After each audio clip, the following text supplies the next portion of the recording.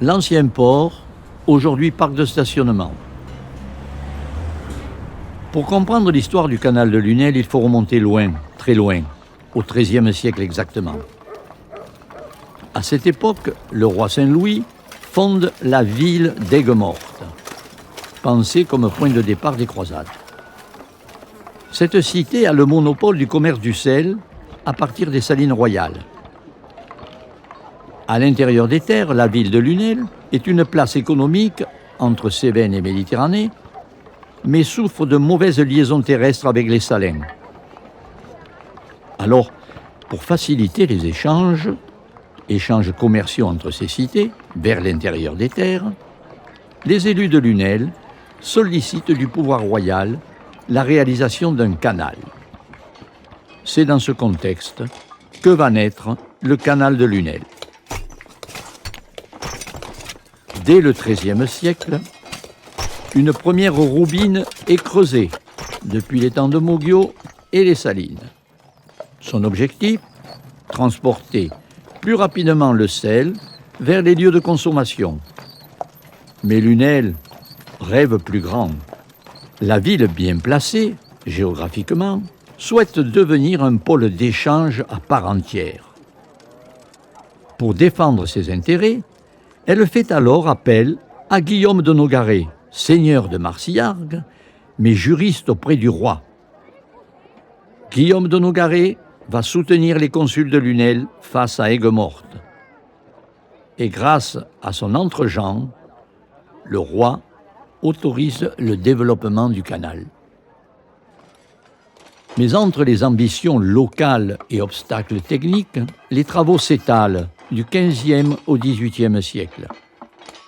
Les entrepreneurs se succèdent avec des fortunes diverses.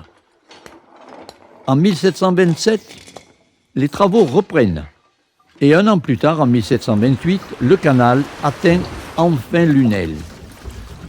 Un port terminal est aménagé.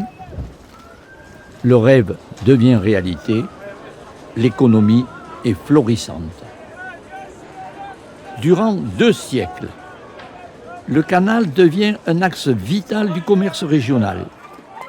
Des barques remontent chargées de blé, d'avoine, d'orge venues du Lauragais et repartent pleines de marchandises locales, vin, charbon, bois pour la fabrique de tonneaux, mais aussi sel, céréales, raisins secs, figues, amandes, sardines, citrons, morues, anguilles. Un monde de saveurs et de produits transite alors par Lunel. Le canal développe alors les échanges vers les Cévennes et l'arrière-pays, ce qui profite à l'agriculture, à la pêche, à l'économie locale de toute une région. Mais en 1845, le chemin de fer s'installe. Plus rapide, plus fiable, moins dépendant des caprices du temps, le transport fluvial perd de son intérêt. Le canal s'ensable. La navigation devient difficile. Plusieurs projets de restauration, prise d'eau sur le Vidourle, dragage ou surcreusement, n'aboutissent pas. La ville, qui a racheté le canal à ses frais, doit se résoudre de perdre officiellement le statut de voie navigable en 1938. En 1941, le port de Lunel est comblé. À partir des années 60, une partie du canal disparaît sous l'expansion urbaine. Aujourd'hui, l'avenue des Abrivado. Mais tout n'est pas perdu. Avec les années 2000, à l'initiative d'une association, les Amis du canal de Lunel, des institutions, villes, communautés de communes, départements, États, s'attachent à rappeler son glorieux passé.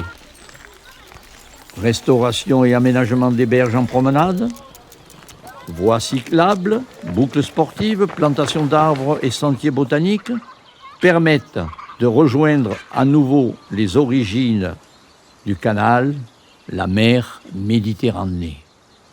Témoin d'un passé d'ambition et d'échange, c'est une nouvelle histoire qui s'ouvre aujourd'hui.